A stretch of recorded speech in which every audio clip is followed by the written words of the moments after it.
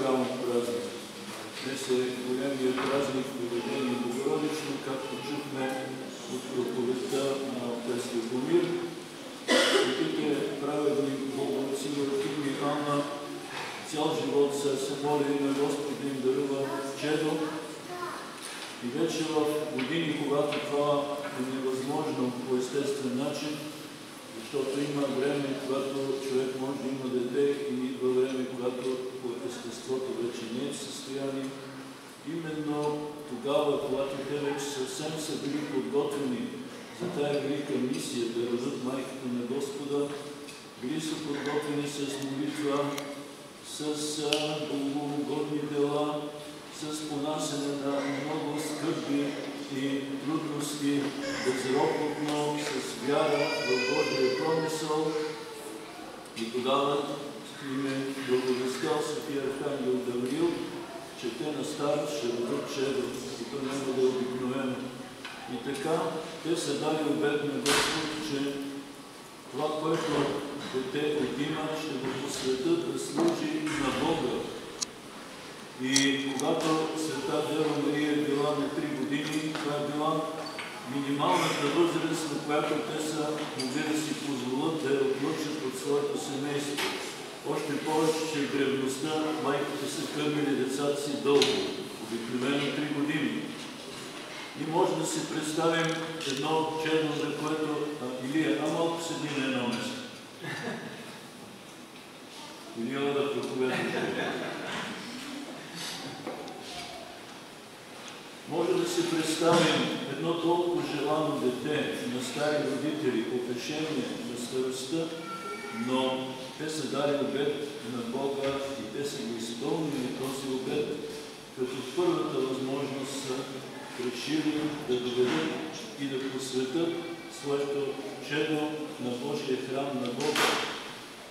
И света Дева Мария е обичала много своите родители, защото е била изпълнена с благодат Божия, защото е могла да им бъде безкрайно благодарна за това, че първо с толкова молитви са я отимали, за това, че са й отделили цялото си внимание, родителска любов, но тя е обичала. И трябва да ви кажа нещо друго. Ако човек обича някого повече от Бога, това е любов, така в някаква степен пристрастна. Но ако обичаш повече от всичко Бога, тогава и другите ги обичаш повече и ги обичаш по-чисто. Няма вече пристрастие. Ако Господ е казал, че който обича повече баща или майка, мъж или жена, той не иска да каже да ни обичаме родителите, а иска да каже друго. Ако ние обичаме най-много с цялата си душа Бога, това означава, че ние ще обичаме много повече и много по-истински и нашите близки.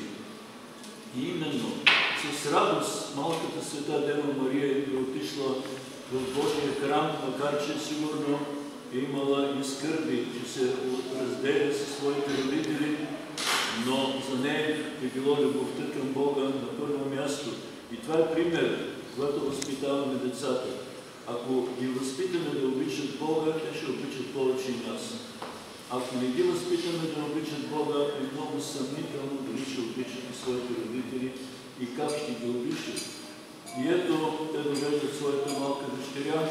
Имала 15 високи стъпала пред Божия храм, който е било невъзможно едно 3-годишно дете сама да ги преодолее, но тя с Божия помощ, а не ангел-хранител е бил Светия Архангел Гавриил, се изкачва на тези 15 стъпала и първосвещеникът я въвежда не просто в храма, а в мястото, където един път годината е имал право да влезе първосвещеника. Толкова е била, а това е било всичко по Божий промисъл. До 15 годишна възраст е живяла света Богородица в храма, след което ние знаем, идва нейното благовещение. Затова честитя ви този велик празник, едно начало на нашето спасение. Намерила се тая достойна дъщеря, от която да се роди Божия Син, който да ни изкупи от нашите грехове и да ни дарува вечно спасение. Нека се молим на Света Богородица, защото тя е всемогъща и тук на земята може да ни избави от всички трудности, болести, епидемии, скърби и там да измоли за нас вечния живот, Христовото царство. Амин. Честитя на отец Михаил, председателя. Той повече от 5 години протоиерей. Днеска той стана свещен иконом. Мисля, че го заслужава достойно. Се старае да служи, да се грижи за този храм.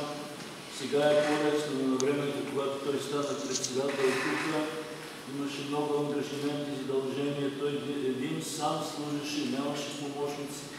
Така че тогава беше за него едно време да поеме това служение и той се справи с Божия помощ. Честито за много години. Сега ще ви раздам една иконичка и ще ви раздадем наслед.